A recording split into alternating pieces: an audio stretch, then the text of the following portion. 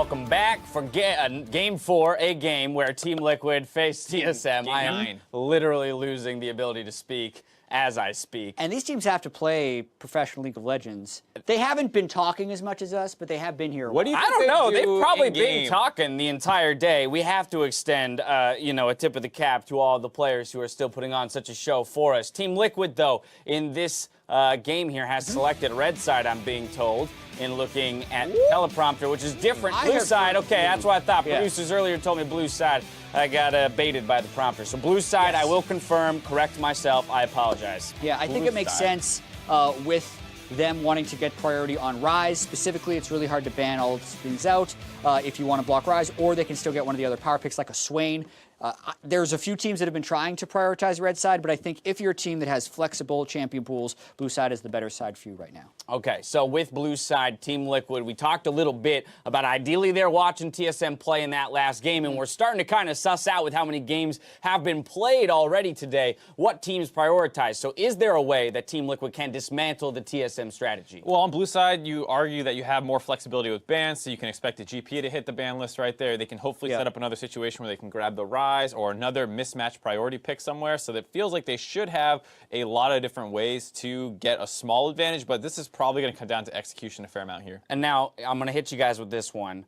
Any LCS's biggest fan, Vidius, as he is known. He's still watching. It is the most impressive thing ever, but he has sent us yet another video. And I'm going to warn you. I'm going to warn you before this even starts. It's even longer than the last one, Jad. I don't know. Was like a minute. And I don't even know about the production quality. Is it horizontal instead of vertical? We had the Welsh Echo in the first one. We had the vertical video in the second one. He's had the same predictions God only knows what we're going to get in the second. And here's the thing. I don't even know if he's going to decide to contradict you guys. Let's roll the tape. Let's find out. Right, there we are. You happy now? I've turned the camera. Anyway, sorry about the accent. The later it gets, the worse shall I get. You're just gonna have to put up with it. Right now, as you can see, it's getting rather late. Operation still in effect. Jat still sucks. That hasn't changed. Grown a mustache too. Don't know what's happened now. I was going to explain you my thought process through paper and a bit of math. Unfortunately, don't have any paper. So instead I've had to use pizza boxes. Bear with me right now. Jat, he only copies me. That is what we've learned so far. Jat only copies me. Therefore, if Jat wants to win, he will go TSM greater than TL, and he'll do CG greater than C9. But this is where things get a little tricky, right? He might like Jack. Why would he like Jack? And I'll tell you, Jack likes memes, right? And what we've learned earlier from my sticky notes, you can see here, right? Somewhere in here, I believe it's that one, Jat is a meme, right? And that makes us ask the question, is C9 a meme based on their recent mid-game play? Now, given that C9 are a meme, Jat is a meme, and Jack, the manager, likes memes, Jat must go for C9. Therefore, for Vidius to win, he's got to go for CG. The great thing is G is just like G2, and we know G2 is greater than C9. Pretty obvious. Hope you like it. There we are. CG, they're going to take the win. Wait, how did he mention it? Yeah, so hold on. What were his predictions? Honestly, impressive. So he's going to choose Clutch Gaming over C9 is what I've just gleaned from that video. Nice. I like it. The preemptive swear jar. I'd like to buy myself a swear. Down payment for what? Here we go. We're going to throw him up on the board. He is going to agree with you on the TSM call, Jab, but he's going to go ahead and differ in that last game today. For you, Mark, you actually have an opportunity here. Yeah, well, so here's the thing. I don't think I'm right. I just think if I'm going to catch Jat, I need to start going against his things. I know he's going to pick TSM. I know he's going to pick C9, so I picked the other two. I don't know why Vidius' brain had to go through that. You didn't have to do that to know I was going to pick C9. I never pick a team above the line if they're playing clutch. There's no memes about it. They just don't beat the... They have the worst... Hey, look, the man's got his methods, and the method worked. Sure, technically, yes. We'll see if he gets the prediction right first. You had your methods with the board yesterday. The thing He's got his methods with the cardboard. The thing is, C9's below the line in the second half of the season, so... After tiebreakers, they're pretty much below the line. All right, we're having such a good time here, but it's time to find out who's going to win this third-place match. Time to throw it back out to the casters to get us into games. Thank you very much. Hello and welcome back to the Cast of Desk. My name is David Freak Turley, and I am rejoining the cast. I couldn't stay away from you, Azale. I think this is 4 or 5 straight weeks that I've been by your side. Casting League of Legends. A few too many. Few too few. Okay. I'm going to go ahead and say it's... We'll have to I could do it next week as well. If we can cast a quarterfinal, that'd make my day. All right, well, let's get in the game. All right, well, we'll hope that can happen. We're getting into the game. It's beautiful, and would you have it any other way? It's a battle for 4th with Team Liquid involved. I like how it's not a battle for 3rd. It's a battle for 4th. The loser gets 4th, and the memes write themselves. TSM have looked the hottest, though. They are 8-2, I believe, in the last half of the split. It's a better record than Liquid's had for themselves, so you've got to believe TSM the more likely one here. Yeah, I mean, TSM has been looking very strong, but this is not a best of 5. This is one game. TL has strung together some very strong performances, I think, over the last couple of weeks. You know, well, especially the last week or two, they have been looking really good, I think, in their games. So this is going to be not an easy one, I think, for TSM, despite the fact that TSM did roll over TL in their most recent match. If Team Liquid can have a good start, I think we can see a very, very competitive game. I agree, it will be competitive, so picks and bans coming through. The Rakan ban, actually, instead of the Xayah ban, to maybe remove that option from Doublelift and Ole together. Maybe it means they actually want to pick Xayah themselves for Sven here. Since his Ezreal is gone, maybe he wants something else to pick up. The final ban coming through for Liquid's going to be Skarner there.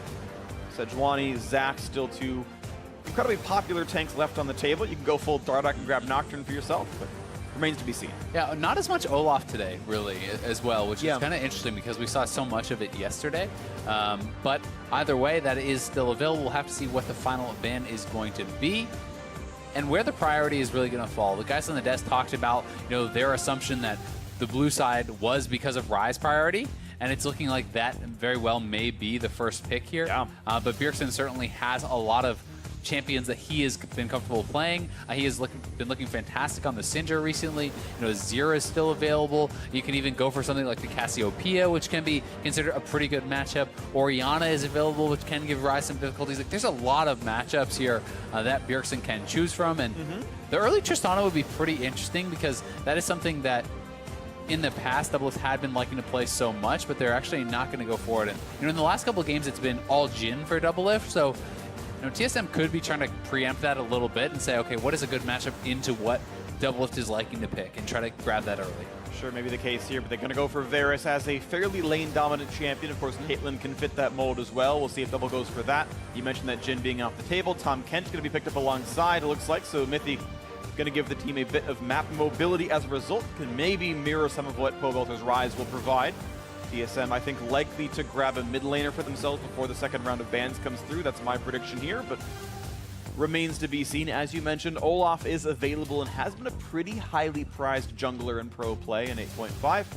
I'm going to potentially mirrored with Braum. Going to be very interested to see where Doublelift actually decides to go because, you know, his most played is Tristana, but Tristana is considered a fairly bad lane matchup into the Varus, but the Jhin is banned away, the Varus is taken away, the Ezreal is banned away. Those are all his most played, and as you said, Tristana also did receive some of those nerfs. So if you're not going to pick the Tristana, if you are going to be pushed even further down that list, you're looking at a Xayah, but Rakan is already gone. You know, I don't think we're going to get that. Lots of spicy showing up. Caitlyn perhaps could be the answer. Kog'Maw, okay.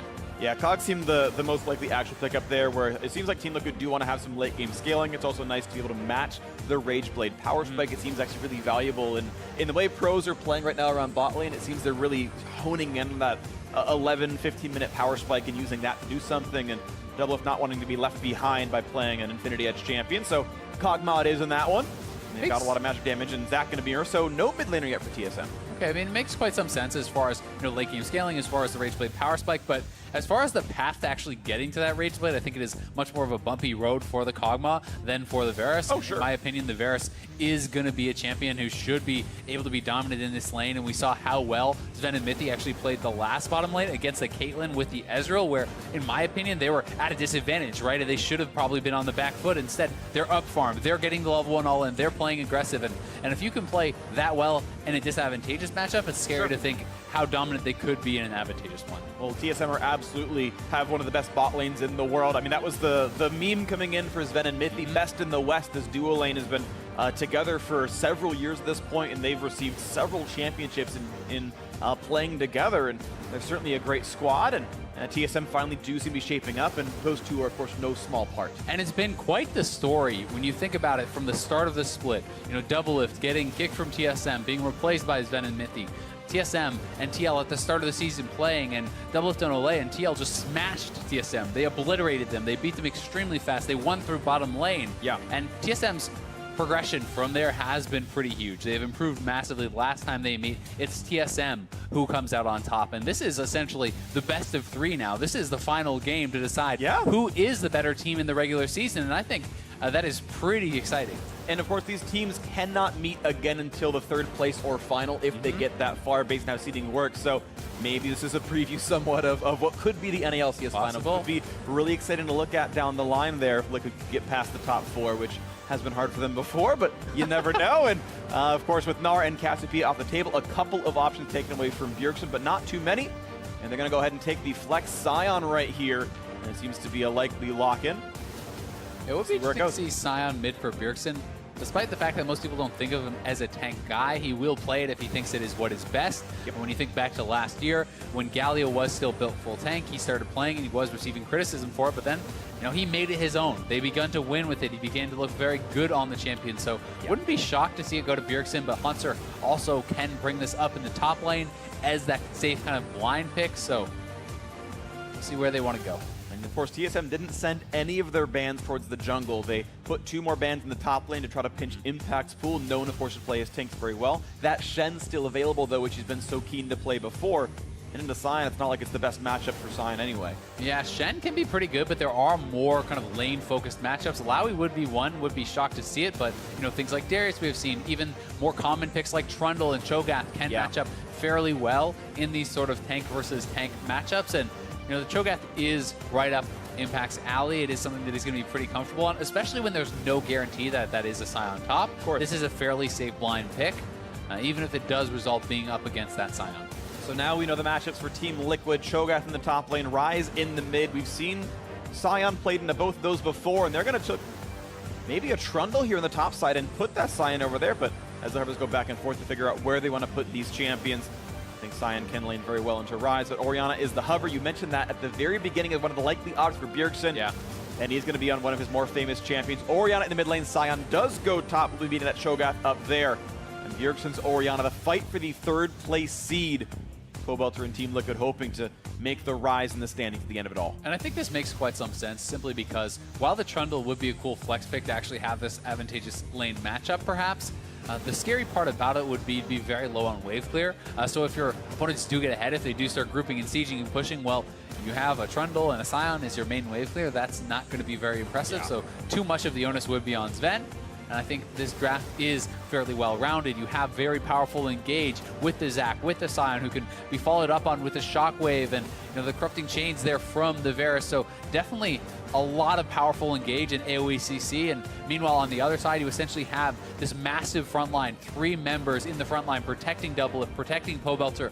And it's going to be their responsibility to really be avoiding those engages, stepping back, and then punishing the engage coming out of TSM. It's a very magic damage heavy team for both these sides. Actually, the tanks are almost ubiquitously magic, and even the AD carry picks up on the Varus and the Kog'Maw deal a lot of magic themselves. So you expect to see a lot of MR come through to try to tank up this. The tanks get ahead, it's very easy to be invincible. Yeah, definitely so, especially I think against the Kog'Maw. If you actually go Adaptive Helm here as the Zac and as the Scion, that is ridiculously effective against the Cho'Gath, ridiculously effective against the Ryze and this Kog'Maw. So that is definitely something I'm looking to see if they will pick up on and itemize towards. Let's see what comes through. We are into the game. The battle for 3rd and 4th. The second to last regular season game, if you want to call it that. TL and TSM have had a very interesting season so far. TSM, though, the better late split surge. And now it comes down to this. Who gets the better seed in the playoffs? Who will dodge 100 Thieves as well into the very end of it all? Guarantee that's at worst a final matchup for them. And we'll see as they look at each other across the river. Pretty interesting to see Doublelift also going press the attack here. He is not going to be going fleet footwork, so that is somewhat atypical. And it's one of those things where it was buffed on the last patch and fleet footwork was nerfed, but so many people are still sticking with it.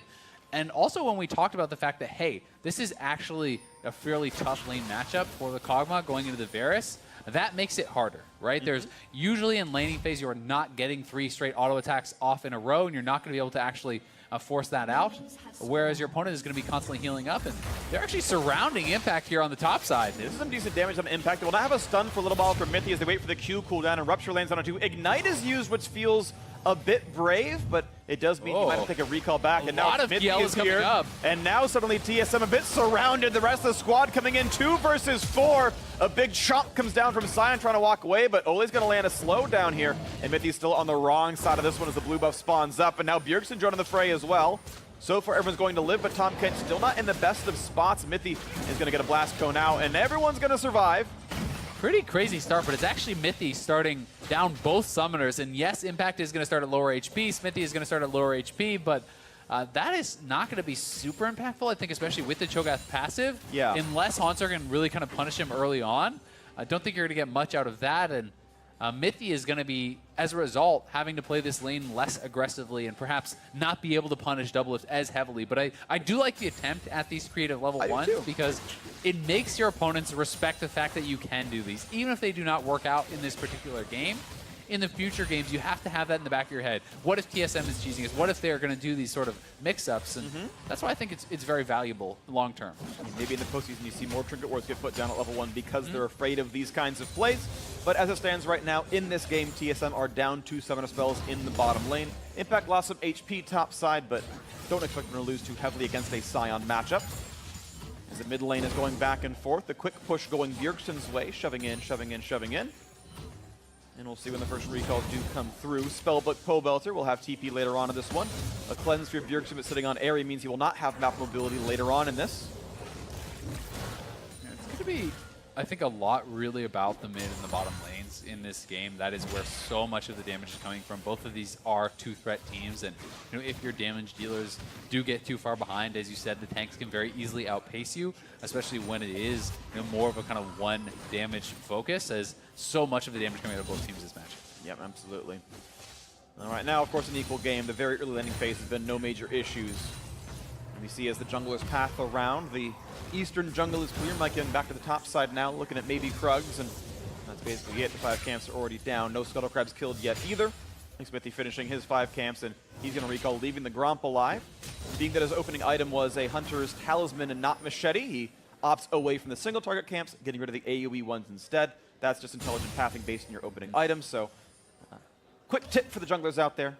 Your items should probably match the camps you're killing. Yeah, definitely the case. And Mike Young is ending up on the top side of the map here, but theoretically, could look to put on a little bit of pressure if Impact is pushing out too far. You may be able to chase him down, especially in combination with the Glacial Augment the Haunter is running. That slow can be very, very dangerous to deal with if you're too far up in lane. And you see Pobelter has gone back for the early TP, grabbing that tier, starting to stack, and you have the opportunity here when you do get that earlier base with a teleport to try to keep your opponent in lane. You want to try to make Bjergsen stick around, maybe be able to run him out of resources and try to get an advantage there, not allow him to get that early base. Yeah, for now, Bjergsen's resources are pretty good. He's still got both his potions and more than half full mana bar, but you're absolutely right. If you can force him to stay in lane, down items against you as you're stacking up tier and he's buying nothing, that is what you're looking for. We'll see if Pobelter and Smithy can make that happen. Maybe even a mid lane roam if Ole can get out of that lane. Right now, TL are shoving that one up, so there is maybe that chance of a roam happening. You can see Bjergsen tried to push in, and here comes his recall sitting on about 1,075 gold, right about a Lost Chapter money. Yeah, I'm probably going to wait for that Lost Chapter if he doesn't already have it. When he does go back, could be a pretty powerful buy, but it's actually, okay, so he's going to go straight for the tier, and this does allow him to go for boots as well, which is going to be pretty helpful in avoiding some of the skill shots and kind of staying a little bit safer against both the Ryze and the Sejuani, so certainly a very respectable choice here as well. It's not as much initial power as something like the Lost Chapter is, which is why sometimes people will prioritize just getting that Lost Chapter first, but if you think, hey, it's going to be a slow, kind of more passive lane, then stacking up the tier earlier makes a lot of sense, and that will pay dividends later. And that really was the goal when the design of those items came through, is Ole gets to make the freeze happen, and Mithy doesn't really force him off this one, so it's actually going to stop Sven's recall. Oh, and Smithy is actually behind them now as a result. Sven's off his base. For Liquid, they've got better items as well. The stun of Mithy is already there, and he's got his summons, but it does not matter. First blood comes through for Ole, cleanly done. And TSM kind of screwing up that push. Yeah, nicely done there by Liquid, capitalizing on that. Olay setting up the freeze is actually what prompts Sven to cancel his base. They say, no, we can't give up this freeze. We need to start this push in. Mithy knows he's caught, not even going to blow the summoners. I think that is the right choice. Unfortunately for TL, Doublelift is not the recipient of the kill, just gets the assist, but still a win on the bottom side of the map, and they do draw first blood. Yeah, 100 gold is 100 gold, but you're right, it feels bad that the 400 went to Olay. It would have been better on either of the other champions. But he gets to push forward regardless. Taking a quick look at the top lane right now, a small lead for Hanser, it feels pretty good. Looking like he's going towards a fairly early Abyssal Mask with that Catalyst. Yeah, and sometimes people will just kind of sit on the Catalyst and then build towards other things if they elect to do that. And this is pretty interesting. TSM is actually doing a super early lane swap. You can see that Sven and Mithy have just gone straight up the top, and they're actually sneaking around here just now showing. And they're looking to try to put on pressure to this turret, and it's going to be tough for TL to respond in time, so we'll see what the answer is. It looks like now Smithy is going to be moving up, and they're going to try to two-man defend this perhaps, and at the same time on the bottom side of the map, they're shoving in with their bottom lane. So we'll have to track how much damage these guys can really get done. Not only damage, but how many minions can they deny as well. Hanser has no TP, but does have OP if he wants to get back to the lane. Also, still sticking around topside. He did not finish the recall. He's waiting for a play. If TL overcommits, that doesn't happen. A flash comes out, and Let's Bounce brings one back in. So they have the damage on an impact, looking for the slap together. In comes the unstoppable Scion for more CC to come through. A flash out from Pope, but they find Xmithie. He's forced to jump away, gets just barely out from this one, and the health bar is incredibly low as Bjergsen might find the flash shockwave. Can he get it? Can he go for impact? There's a shockwave in. There's the kill picked up. Alone time of the turret. Of course, keep in mind that Doublelift is pushing alone on the bottom side at that same moment. Oh, it's actually going to be so close on who gets the first turret. They ran out of minions. TL run out of minions, though, on the bottom side. And TSM just barely will get that first turret plus the kill. So a really clever lane swap here.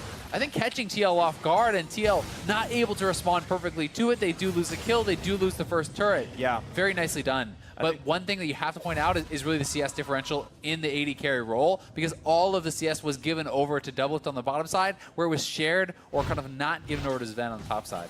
Definitely relevant having that Cogmouse spike up, but right here the Scion is still waiting, so it ends up being an extended 5v3. Yeah, exactly. The Scion actually cancels his base, I believe. TL was thinking he's probably already gone. And then Pobelter coming in. He waited in the bush the whole time. Hanser just honestly getting a really good bait, drawing them back into the brush, then comes out with the re-engage. And Bjergsen was already on the roam. You can see shoved up mid lane, denying as many CS as possible. And instead of trying to go for the flashier big play, he gets the guaranteed kill, doesn't expend his flash, and will stay safe. So just good, consistent play there from Bjergsen. Absolutely is. And the game right now is tied. A trade of one turret for one, a trade of one kill for one overall in the game. TSM first to get to the bottom side means they're looking at this Mountain Drake, slowest to kill and not the most important in the early game. Only means turret and Baron and such damage, but they are knocking that one down. Xmithie waiting across the wings, puts the ulti in. Here comes some damage as well. Smite Fight going to be coming through. Who's going to grab that one? Down to 700 HP. The Sven's going to get the kill on Xmithie first, and he loses his life. And the Smite, of course, then comes through for Mike Young afterwards. So TSM getting two objectives there. I'm actually super surprised that Xmithie even tried for that one. He didn't have his flash. It's 5 TSM members in the pit, so that was always going to be a one-way trip, and you know, a worse than 50-50 style chance, but I don't know if it's really worth it there. I think he was hoping he could have blast coned over and queued back out, but there's so much CC, the silences and everything else possible. Yeah, it did seem like a big risk. He went for it, and obviously it did not pay off for him. One-way trip it was indeed. Back to Fountain he goes, and now more gold in TSM's pockets, plus that Drake. And the kill going over to Sven, right, who has picked up both those, grabs a red buff, which is going to be pretty nice here too, so going to be pushing him further towards that Rage Blade. You were mentioning the CS difference between Doublelift and Sven, but when I checked, their gold is identical right now. The 2 kill credits making up for the farm, so you got to say that power spike has sort of been lost that Doublelift got with all that extra farm. 500 gold lead for TSM right now. And now ulting in behind Pobelter. Ooh, he's going to try to get away. Shockwave going to land anyway, though, and there's not much of a place to go. Suddenly, a 4v1 out of nowhere. Camp mid, and Pobe is dead. Just beautifully done, honestly. The rotation here from TSM. The bot lane has been moving around the map, very proactive, and without the flash on Pobelter, they knew he couldn't get away. This is going to be another turret here for TSM, and the most critical one on the map. Yeah, mid-outer falling. That limit does not happen early on, but to get that one there, a great dive. Pobe had no summoners, and obviously the CC overwrote the ultimate. TSM now up 1,400 gold. This is the time you want to peak, even though they could not grab a playoff bye. They are looking like the scariest team in a lot of people's eyes. And now making a sort of clean run through what looks like the sort of the precursor of the playoff bracket through the extended tiebreaker series here. They definitely look scary. They definitely do, and playoff bye or not, they are looking like such a good team, and if you win this match, whoever does, TL or TSM, they will get the assumedly worst team of the bunch in the quarterfinals. They will be playing against the 6th seed and have a very good shot of making it to the semifinals on their own. And it's always interesting to me to kind of talk about how much of an advantage is the bye. Because yes, you do skip one round, but at the same time, sometimes having the warm-up in best of fives, having that quarterfinals can help teams ramp up and really kind of move forward towards that eventual goal of the finals. Sure, I'm always of the opinion that it can be quite valuable being able to hide strats. Being the timing of the patches, 8.5 was only played on week 9 and will be the playoff patch. So a lot of these teams only have to play 2 or 3 games and they have to show nothing else until the playoffs begin. And if you can wait another week, you get to see 5 games of what TL plays, 5 games of what Clutch plays, and react to that can be valuable. And there's certainly the risk of just losing in the quarterfinals, right? You know, if you have a bad day, if you do lose, even if you're a 3rd seed versus a 6th seed, you can fail in those matches. So there are pros and cons, certainly, but it's always interesting to kind of see people's different opinions on that. Either way, the Rift Herald taken down, immediately going to be dropped, and there are more gold kind of in the pockets to double it there as he picks up some of that local gold, and they're able to convert immediately. And TSM is looking to, again, just kind of match that pressure on the bottom side of the map. They're moving around very well. They're trying to focus all these turrets and trying to come out on top in these trades. Back down to about a 900 gold difference. Teal hoping to keep back up into this one. Of course, a lot of work cut out for them. They've only picked up 1 kill for themselves. Archangel's staff done for Bjergsen. That's going to be stacking rather quickly here. 20 CDR, of course, already in and getting more and more mana, thus more and more ability power. Rageblade done for both AD carries. That's an important power spike, but nothing easy to play for as the Drake and Rift Herald are both off the table. Drake won't spawn for another 3 to 4 minutes right now, and the turret's going to be a little bit hard to reach. It's mid-outer that TL can attack, and the bottom outer from TSM. Despite the fact that TSM has really been kind of dictating the pace of the game, that they are the ones 1,000 gold up, it is pretty nice for Doublelift that he didn't have to deal with a really tough laning phase. He did not get put behind. He's able to just essentially free farm to his Rageblade, and now going to have opportunities in these team fights. They find the knockup, they find the double Q slap, and Let's Bounce is going to bring in 1 as double flash Double away. coming in for Not DL. easy for Ole, but jumps right back into his teammates. Here comes the rest of the squad. 5 are here, and TSM suddenly outnumbered as they're starting to fall. 1 is gone, make it 2, and Mike Young might have a prayer here as he jumps right across the team of Flash 2 comes across now. Flash the away Rise himself. follow. And they're going to find Shockwave. Shockwave going to disengage, but Xmithie already finds the front line. Plus Rupture means Bloblets, and that's going to be a certain death. They give the kill to Impact, interestingly enough. Big fight out of Liquid. Yeah, should have given that one to Kog'Maw, but still such fast reactions. The double TP comes in faster and closer for TL. Their members collapse. They turn that one around. That is a big win for Team Liquid. Going to be able to even shove in on the bot side here. More farm in the pocket of Doublelift. And it's gold, gold, gold in the favor of Liquid now. This fight really good for the blue tide. Yeah, definitely the case. Doublelift able to create some space, flash back, avoiding the Varus ultimate, which was key. And look at where they're TPing in compared to where Haunter had to TP in. He didn't TP in over behind the turret. There was a ward right there. Ward right there, but you know, he didn't choose to do that, or perhaps did not see it on the map. And either way, in this case, he probably wouldn't have been there in time. Probably would have just given over another kill, but it is 3 kills on the play for TL, and really big swing. Absolutely huge right there. 600 gold now puts Liquid ahead, and well, maybe that story's going to be dead. It will not be the 4th place end for Liquid, even though you thought the story wrote itself here. See what comes through. It's going to be interesting still as time moves on. Drake's up in 5 seconds. We'll see if TSM can grab this, or Liquid will. And some really big completions, again, coming through here for TL. You can see the priority on the Magic Resist. 4 Merc Treads already bought up by TL. 2 Abyssal Masks coming through already, and that is going to make them so tanky against a lot of these members, as it is, you know, a fair bit of mixed damage coming out of Sven. It's pure magic coming out of the Zac, and Bjergsen here, and even the Tahm Kench. So it is one of those cases where those items can make you so much more tanky than you would initially anticipate. Going to be the ones to hit this Mountain Drake now. Team Liquid seem to feel much more durable here on this one. We'll see if anything happens on the TSM side. They're pushing the mid lane wave. There's no turret to attack. Wards dueling, fighting for vision, but 2,000 HP left into this one, unless there's going to be some kind of steal attempt, and it won't happen. A chop comes through for Impact. The Mountain Drakes now across this map have been traded. TSM, though, still should be able to push in mid. They're pinging it somewhat, and yeah, they're going to get a bit of damage now onto this one. The best they could have made off that play. We're down to about half HP, but the minion wave is dying pretty quickly. Getting it lower and lower, and Ole actually getting himself into melee range will take some damage. Nice shotgun comes in, and he could be running out of health, and they will, in fact, delete the Braum. Ole stepping a bit too far forward, and that actually might mean mid lane tier 2 will fall. Yeah, Ole just kind of wandered in there without the support of his team, and he's going to go down as a result. Looks like they will be able to defend, but still, heavy price to pay for a bad path there from Ole. Yeah, 80% of a turret plus a kill. I would probably take that for a Mountain Drake in a lot of cases, especially because these teams are fighting so closely for tempo back and forth. TSM getting a bit more out of that one. Unfortunate for Ole there. Of course, the Zackle was used by Mike Young, but even still, getting caught out is a bit of a misplay. Double going to kill off a ward. He's building that Zeal. He's going towards an early Hurricane. We don't see that build that often out of Kog'Maw. It's normally a wit's end, but exactly, and a bit more offensive. Especially against a team like this, you would be expecting perhaps that he might want that wit's end, but at the same time, I can understand when you say, okay, I have 3 tanks in front of me. It's their job to keep me safe, yeah, and I'm supposed to be the one dealing damage. And it's 3 tanks from them. Triple melee is always the calling card of building Hurricane early on, so Double is a player where I often malign him for his build choices. I like Hurricane second a lot in this game, and I'd love to see Ruin King third because he's fighting triple tank, and that is the build you want to look for. So far so good from that prognosis. Again, this game's still incredibly close. The gold and even the Drakes you've got are equal. Something I always like to track when I'm watching Cho'Gath players is how they elect to use their feast. And Impact has not been using it very liberally. 17 minutes in the game only has 3 feast stacks. 2 of those are not from minions and monsters, so he really has been sitting on this. And sometimes you'll see players elect to sit on the cooldown to have more threat in a potential fight. But oftentimes it can pay off more to just use it on cooldown and get it stacked up early and often because you're going to need to have that cooldown ready, especially for later game team fights. And if you're just using it on cooldown in lane, that can often work out pretty well.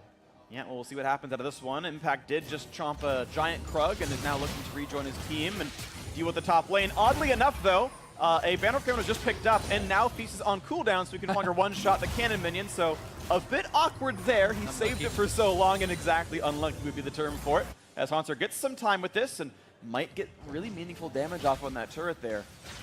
Smithy going to get rid of one of the wards. Baron spawning in 135, and I think he's got enough damage. Impact can't really push him away. Keep in mind, Impact's in a minion wave. This could be a good fight for Haunter. Gonna find the slam into the ground, and he's got ulti. Coming down. Impact flashes and gets away from the line of fire. Now it's slow towards double, but he's looking for a bit of shots. Won't land too much more.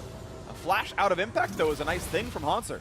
Yeah, really well done. And honestly, the banner, while it is good in a lot of matches, it is especially good in this. Anytime I am playing it, even before the banner buffs, when I'm saying, okay, who is going to be in a side lane clearing? If the only answer is magic damage dealers, banner is just extremely effective, right? And who will be side lane clearing in this game? It's mostly going to be Pobelter, and it's going to be Impact, because those are the guys that can use TP in this game.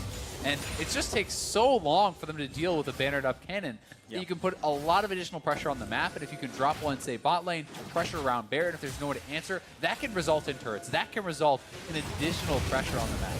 And speaking of pressure, into the jungle goes the entire team on both sides. A knock up there onto the front line. Haunter running out of health, knocked right back into the air, and that's going to be a kill. Go on to Pobelter, 5-4. Now the overall scoreline. The re-engage towards Poe, the half HP, runs away. Haunter on the front line with his zombie corpse, and not too much more. Red goes over to double lift. The 1-for-0 remains a kill for TL. That was actually really nicely played there by Ole, using the Braum ultimate to delay the escape from Haunter, then getting up and actually proccing the blast cone as well to knock him back into the team, cut off that escape avenue. So does make a mistake around mid lane, but kind of making up for it here.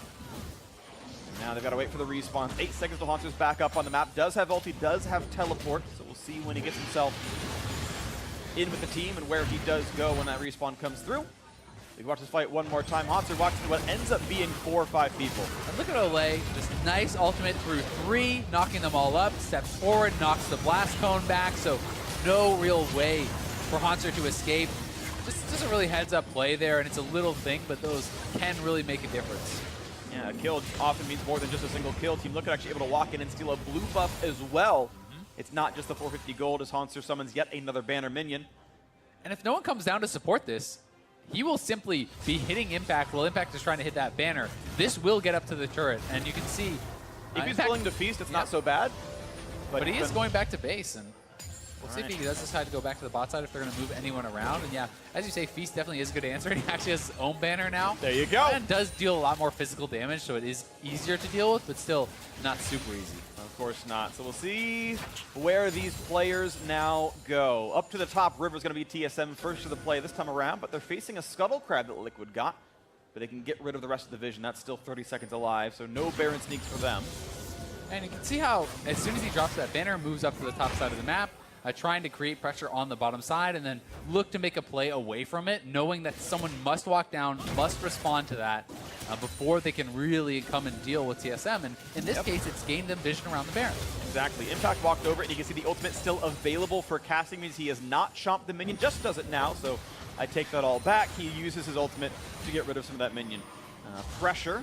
Infernal Drake spawning in 3 seconds, and of course Impact now no longer has Feast for the play. Looking at maybe a bit more.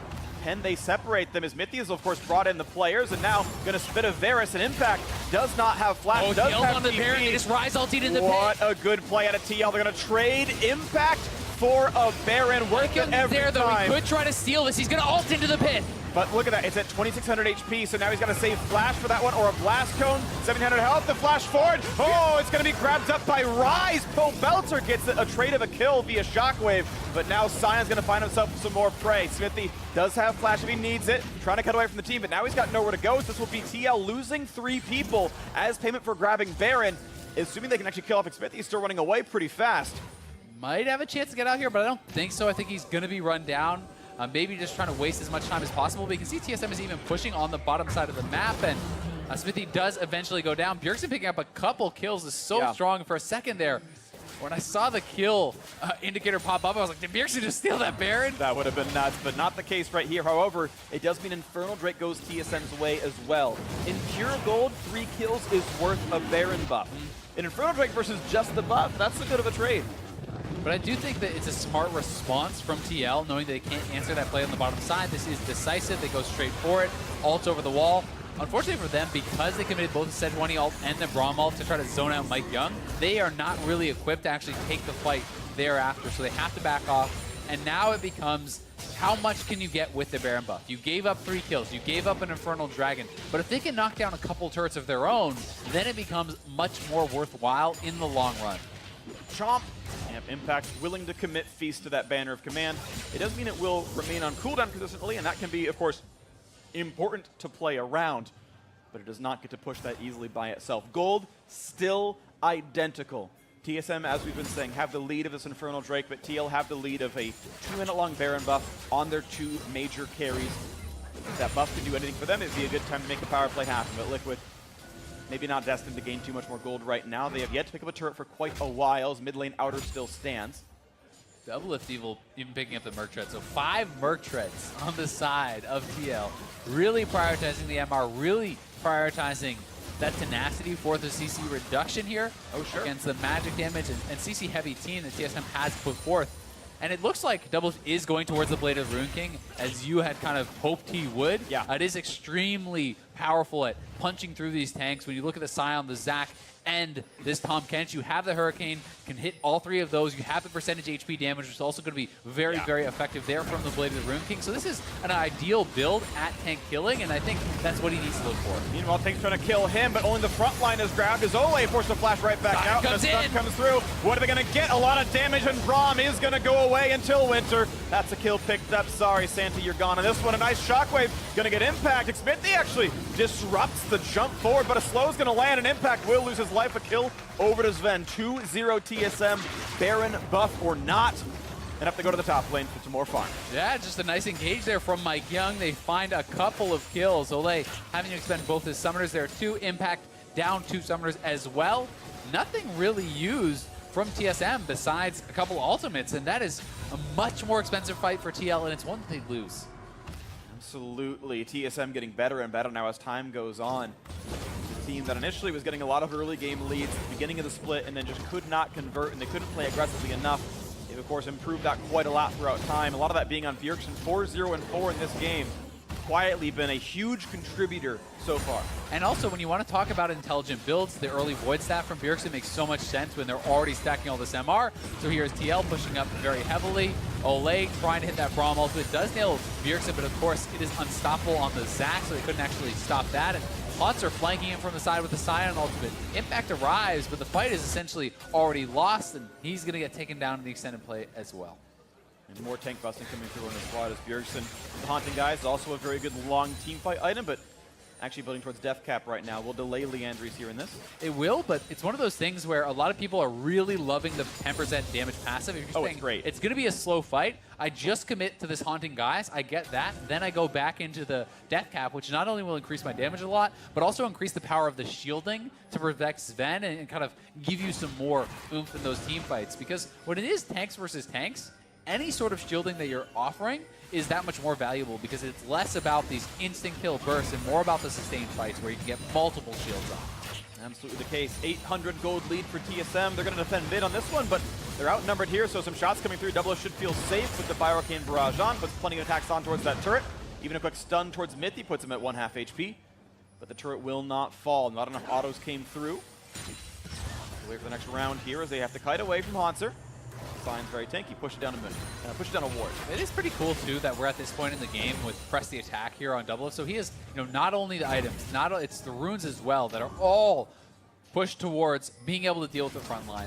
And the question becomes, can he do it even with all of that? Pole Belter is up, pushing on the top side. Impact is dealing with minions down on the bottom side, and he is going to have to not only position very well and kind of avoid the initial engages, but he's got to constantly put out damage because Ryze is, I think, very poor at actually killing off these frontliners. And they're looking for another play on Impact. Might be true. 3v1 though, the knockup easy onto Impact, and he can't really knock down Mithy easily, running a bit lower on health, but Impact will indeed fall the second time in a row. They picked him off in this side lane by himself. Thanks to Tom Kench ultimates. That turret is going to drop, no problems at all. Sven up to 5-1 and 3. He's doing pretty nicely damage-wise, building towards the Ruin King himself. TSM have been much faster on the plays. They've got twice the kills this game. And a lot of that is because of their fantastic usage of the Tahm Kench Global. Mithy has been everywhere, rotating around with Sven, catching people out, using that in conjunction with the Glacial Augment and all the CC that Scion can put out. You're getting slowed down, then all of a sudden these two people appear, and it's so much CC that's going to come in. And because Mithy's been part of so many of these fights, he's gotten a lot of gold for himself as well. An adaptive helm is done. He's been actually able to build selfishly to sit in the front line, withstand double, withstand Ryze, and walk in and make it a 1-for-0, not a 1-for-1 trade kill. And we are seeing more and more of those adaptives picked up. That was kind of what I pinpointed as really the most effective item any tank on TSM can build this game. There's already one on the Haunter. There's already one on the Mithy who wasn't one expecting to be able to get it. And Mike Young, assumedly, is building towards that here too. So that is going to make it very hard for Ryze, very hard for Doublelift. But Doublelift is on his completed Blade of the Ruin King, has itemized everything towards trying to kill them off, and it's just time to find out, will it be enough in these team fights? And it's going to be down to the DPS check. A 3,000 gold difference, though, usually tips that towards TSM's favor, but execution, of course, vitally important. Speaking of which, onto the front line, they see Impact yet again. A bit small for a Cho'Gath. The knockup is in, down to about half HP, and into the back line comes the Zac, tries to find Let's Bounce. He's so low on health, and absolutely shredded by Doublelift's Cogmog. Smithy pops the Hourglass, runs away. Shockwave onto 3, though, and they get the trade kill, but the Drake was picked up on TSM's side, or sorry, TL's side. And that is actually a seemingly 1-for-0. TSM get the kill, but Liquid get the Infernal. Yeah, and Doublelift actually shredded straight through him, but they killed off Smithy, and they are going straight into this Baron pit. Already Tahm Kench ulting into this. I don't think TL is really fully prepared for this. They're not going to be able to get there in time. I think it's just gone. I think they're going to run too slowly, plus the Mountain Drake helping. So a nice pickup. TSM turn the kill into a huge objective and a clean Baron take. They are poised to take over this game. And both teams so decisive with that. Earlier it's TL with the Ryze ultimate going into the Baron pit for this, and this time it's TSM pulling a fast one. Here is the play again. Doublelift focusing down the Infernal, but as Mike Young comes in, look at how fast he goes down. Doublelift is pumping out so much DPS, and as Mike Young gets blobbed, they turn, they finish off the Infernal. Big shockwave though from Bjergsen nets them 1 kill, and that is what eventually allows them to go over and take that Baron. And now TSM up 5k, looking to extend this gold lead, looking to knock the last outer off the map. And remember, they have Banner here too. They have more sieging power because of that, and they can potentially crack the base.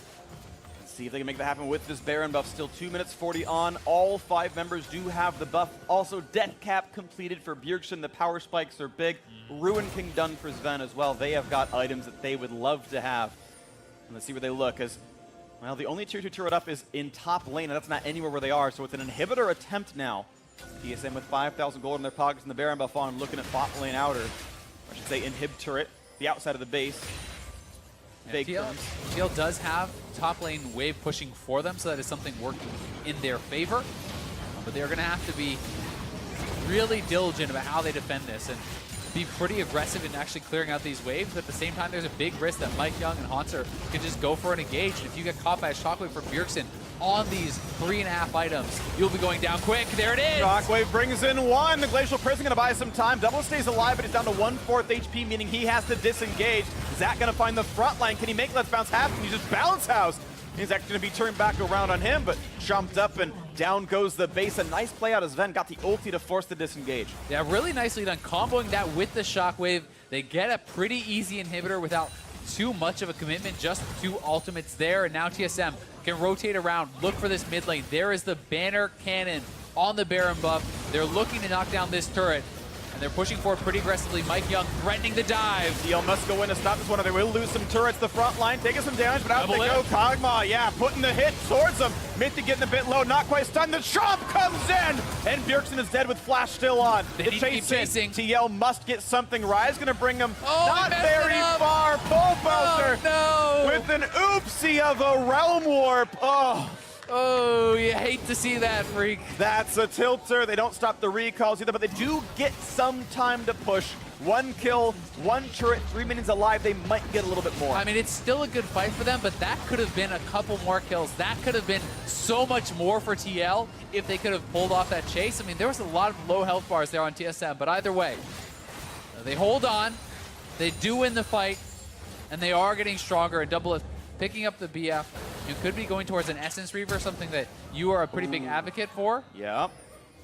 Go for the flash away from a get slow Sven. Flash ults, and Pope has no escape tools except for damage output. Can he just kill Sven? That answer is no. Found out by the rest of the team. Mike Young there in the back lines. They could look for impact. They're going to get the knockup on the front line there. They can get a kill and a choke out of the result. Over the wall. Let's Bounce going to pull him back. Double only does enough damage to force them away, but not enough to kill. This Kog'Maw not a big enough threat. Their team being going to go for the end here. Double does not enough fight. Can they claim third right after this one? Hanser walks right in. He's got Superman is next to him. Chunk, chunk, chunk. The Lumberjack, of course, not the skin this time around, but still gets plenty of damage down that turret at about 2/3.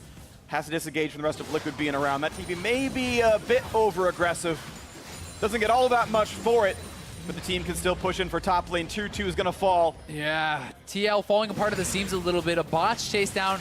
Doubleth not able to get involved in that fight after Pobelter was out of position. He gets picked. Impact goes down. They lose a Nexus turret. They're going to lose at least 1 more inhibitor, and maybe just the 3 inhibs straight up because Pobelter is still not up. He's just coming up now, and TSM are pressing. 5 seconds on impact, and the mana bars are pretty low, so cowards! Yells Haunter as he runs back to base. But it's a tactical retreat. He's getting mana to fight again. Okay. I'm going to give this one a 6 out of 10. As far as Cyan ults go, he hit his targets. The fountain. Pretty good. Yeah. But Doublelift is working towards that Essence Reaver. There's the call field, so can confirm that is going to be the build. And he needs to have so much effectiveness. And that was an awkward fight because even though it was a 4v4 after Impact or after Pobelter had gotten caught out, he was over the wall and perhaps expecting TSM to engage further into them. So he wanted to be in this position where he could fire at them. But TSM did not really take the bait. They instead pull Impact back, take him down, and if Doublelift isn't getting damage out, there's no one that's going to kill these tanks. He needs to be the carry in these fights. He needs to step up and have a truly star performance from this point. Well, if you want a star performance, he's 500 gold from finishing Essence Reaver. That's going to be what it takes to get the rest of the item in. So if they can wait 3 minutes without losing their base, that's going to be a power spike in. But how well can the front line hold? 7,000 gold is a pretty meaningful difference in TSM's favor. And it's also so much map pressure with the 2 inhibs down. And Elder is coming up. Baron is coming up. TL essentially needs to force a fight right away to be able to challenge for this Elder. And they need to engage. They need to win the fight, get the Elder, get back to base. Elder's alive. Not going to be landing on the Haunter, but that sign is very tanky. Sedgels only gets the stun on the back line, but there's no follow-through on Bjergsen. Now they've got some time shooting up at Zion. And this time he will ult for a disengage, but the health bar getting pretty low at 1K. He stays alive. Warmog's still in the inventory, means he'll heal up shortly. And TSM just need to buy time. Look at the mini waves in top and bot. TL is going to have to call it off. They're going to retreat, it looks like. They need to get back to base and defend their Nexus, so no chance of a steal. Smithy's zoned out. Hanser, Mithy, Bjergsen, and the three of them making sure that can't happen. Mithy, Oathie gets interrupted. There's the Elder picked up. Where's the big play coming through? Is they might still be trying to chase, but nothing to be had there. A flash out for Smithy for a disengage. Elder on TSM. Yeah, and that's just the map pressure of the inhibitors being down, and now TSM can march down the mid lane with this Infernal being amplified by that Elder Dragon. Double doesn't have time to get back to base to actually get the Essence Reaver. Yeah, basically this minion gives Essence Reaver, they're gonna have to give up the inhibitor probably anyway and fight for the Nexus itself under the protection of those lone turrets down there. One of them, of course, is already fallen. There is so little of the base left to defend. The final power spike of the regular season for TL.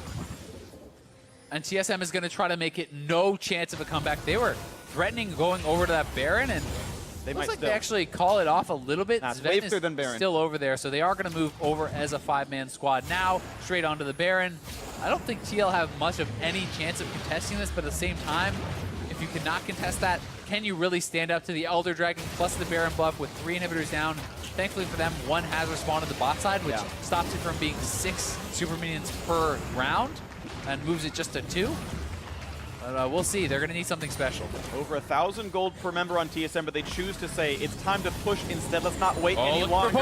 Looking for the damage on a Pope. Not Banshee's off just yet, but Mike Young's going to turn that one away, which means the flash is forced, but he's still going to be found out. Let's bounce. Going to bring him right back in. Scooped up the Rise, and that's going to be the kill. Going over to Mithy. Trumps him up no problem without a mid laner. How can you hope to defend? Doublelift has to do miracle work right now on the 4v5. Otherwise, yeah, and Bjergsen still has his shockwave. Sven still has his ulti. I just don't see it happening, but Doublelift is going to try. This is the last fight potentially for that 3rd place for TSM.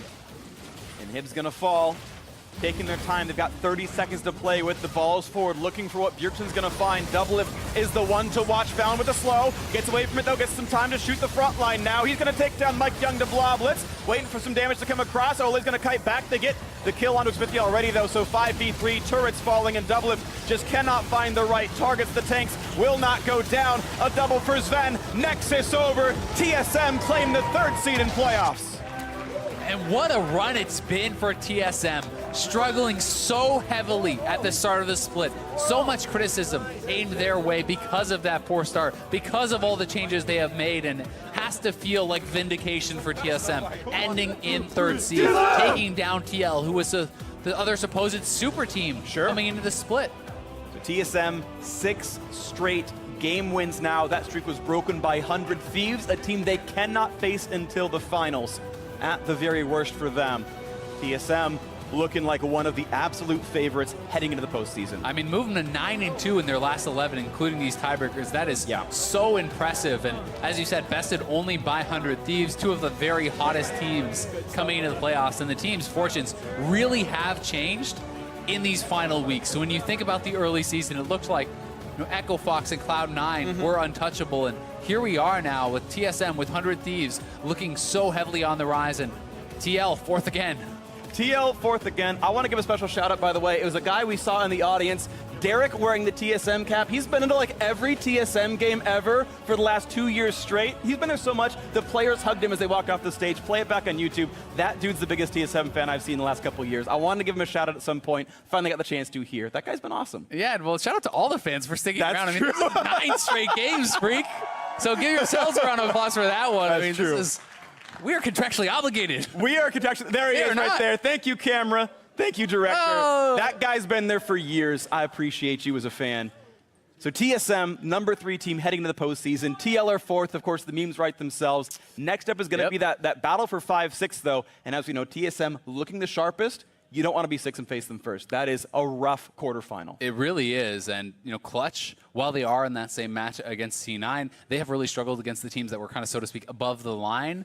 But at the same time, I mean, C9 has been slipping very, very heavily. 3-6 in the back half of the split. They lost their earlier games, so 3-7 in their last 10. Yeah. And for them to be facing the reality of a potential TSM quarterfinals after sitting for 9 weeks straight in first or second has got to be really hurting C9 and them morale. So they need to kind of rally and come together and focus up for this last game. Yeah, let's see if they can turn that one around. But for now, we're going to send it down to Avli and the victorious mid laner. Thanks, guys. First of all, Bjergsen, on behalf of the entire NA community, I just want to thank you for keeping the Liquid 4th place meme alive. Thank you so much for that. Round of applause. Secondly, congratulations on the victory. After a long day, you have taken down Team Liquid in a split-long best of 3. Now that the regular split is over, how are you feeling? I feel better knowing that we ended up in, is this 3rd place? All right, that's good enough. I mean, it looked like we barely even made it to playoffs, so actually making it into the top 3 is really good. I don't mind not making it into the top 2 because I think getting to play in quarters just gives you that refreshment of best of 5s and you get the on-stage practice. So I think that it's actually good for us to go into quarters because I know we're going to win. So it's just stage practice. So I'm hearing you correctly. You purposely planned this, the entire split long, just to get the extra stage practice? No, I wouldn't say that, but it's just making the positive out of the situation we're in. I think there's positives in the buy and there's positives in playing in quarters, so that's just what I'm focusing on. I'm just joking around with you, but you are up for MVP candidate once again. Why do you think that you deserve it? I don't know if I deserve it. I think in the beginning of the split, I didn't look very good just because our team wasn't very good. I don't think necessarily that I'm playing much better now than I was in the beginning of the split. I just wasn't able to flourish because we didn't have good synergy. I didn't have good synergy with Mike or communication with the team. I think probably someone who is more consistent throughout the split deserves it more than me. But if anyone wants to vote for me for MVP, of course, I'd be happy to receive it again. This may be a strange question, but do you think anyone on your team may deserve it more? Oh, man, that's really hard to say. I think Mike definitely deserves... Oh, he can't be rookie of the split anymore. But I think Mike really has... He's improved so much in the last few weeks, and he really carried a lot of these games. TL banned his Skarner because I think he played Skarner 3 times today, carried every single game. And I think it's... Not to put down my teammates, but I think there are players on other teams that I've seen playing really consistently well, whereas our team, we've had too many ups and downs. So I would say... For the MVP, it would probably be someone like Febvin, Smoothie, and Darda. Well, thank you for that input, and congratulations again on your victory. Wish you the best of luck when we see you play again on Sunday. And for more on the game, let's hear from the analyst desk. Thank you very much, Avli. Bjergsen very humble in that interview, of course, because the back half of the split performance for TSM has been so great, and he has been one of the major factors in that success. Ultimately snagging 3rd here by knocking Team Liquid down yet again into their much-deserved 4th place. Jat, this rings a lot of bells for me. I feel like we've seen them in that position before. I've seen Mark wearing these clothes before, too. Yeah. Like, I'm getting weird flashbacks to This is a new hoodie. I don't know why, but when you wouldn't Liquid have was... Yeah, 4th, They didn't Mark, have these Liquid. Yeah. So, you know, there's like a holy trinity of, really weird. You know, makes a whole lot of sense. But in actuality, I think this was a game we were kind of talking about before it. The idea of fatigue, the idea of, hey, it's difficult enough to play 3 games in a row, let alone 3 high-stakes games across a 10 to 12-hour period. We're calling it tired brains, like TSM invading with 2 people, running into 4 people, and then TL... Igniting kind of randomly. Right, but then TL has 4 people collapsing on 2, they don't pick up a kill, and... And this one was more when TL decided to 3v5, like they opted into that. They had 2 people bottom lane, trying to push in. Instead of like trying to wave through, they actually pick that fight, and then here, after they start falling behind in tempo from that top play, another tired brain just moment. Goes over the wall and dies again. Has a really low chance of stealing that. It should definitely And just it's just leave a Mountain Drake as well. Yeah. So it was definitely... This one was good, though. This is just kind of didn't get far enough out. Eventually, I think, you know, TSM was playing better over the course of the game. They were finding pickoffs and things like that. Even though TL had some plays to stay relevant in the game, it was always TSM feeling like they were coming out a little further ahead. Yeah, I really liked Mithy's Tom Kench in this game. I thought it was the difference maker when you compare it to when TL beat C9 by 1-3-1-ing. TSM just never let them set that up with the Tom Kench ultimates, and then eventually they scaled and actually team fought really intelligently, using the Orianna ball, using Sion to soak as much damage as possible. Mithy with great Tom Kench eats as well, but tired brain. Right, well, we say tired brain, but of course they did wake up. Tired brain alert! Game until this! No!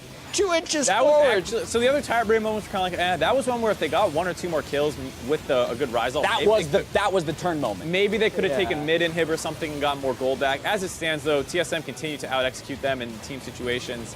And to be fair, it's not like, oh man, playing 3 games in a day is difficult, but playing them over the course of 10 to 15 hours, not knowing who you're going to play, having to constantly be in a state of awareness and preparation is something that will drain on anyone. Right, 3 games in a day is something you're going to have to do come quarterfinals, at least, right? Because a possibility of 5-3 if you 3-0, but to your point, Mark, it's not. It's 3 back-to-back-to-back. You're still in it. You're playing the same team. You've probably come in with prepared strategies. The whole tiebreaker scenario was something that, was kind of thrown at these players late in the day, and they're having to grapple with all of that in the moment. And so for TSM, surging up to 3rd place. Again, it seems the more things change, the more they stay the same here in the North American LCS, aside from 100 Thieves, non-endemic team sitting up top the table. Yeah. Oh man. I mean, there's enough new stuff, right, guys? There's Clutch. I like how there's 100 Thieves. They're #1. That's new. That's cool. I like how our whole Mark plan in for this this hoodie is just killing me right now. It's not even a good joke. It's Not a great joke put at all. Mark in a liquid hoodie. Right. And that's it. That's the because joke. The joke is like, had let's no just laugh at content Mark in a planned. liquid hoodie. Oh my God. They're We got fourth. tired brain syndrome here too, yeah, guys. and the next tiebreaker as well. Cloud9 played the first game of the day. Clutch played the second game of the day. We started at noon. They played 12 in about It's 1. 9:05 right now. 9:05 here. It's late for Yeah. Vedius, and he's still very much in the Vedius running with is you right crushed now. Mark Oh, yeah. because Mark hinted the prediction. I had the tire Mark brain. Just essentially into it. I just kept like I knew what I wanted to pick, and I'd be like, I'll do the other thing so I can try and catch Jet. And I just Right. fell And for now- it. Yeah, you like would have 4 finished games just back. one I would've- behind if Jet. I- Now it just looks like Yeah. a gross separation, Yeah. like 4 games back with Vedius. Can we and roll Jet, that back? If this next game goes the way that Vedius had predicted, he will be the first non-analyst to defeat my analysts in Yeah, predictors. Jack. Let's go C9. Jack, you've been memeing a lot. You've been memeing a lot. Yeah, he was memeing TL getting For being fourth. Jack as is his team 5th is or slipping. 6th. Yeah. Please be 5th. Please be like, 5th. I want you to win. Alrighty, up next is our final tiebreaker match as Cloud9 and Clutch Gaming fight for 5th place. Don't touch that browser. Love the hoodie.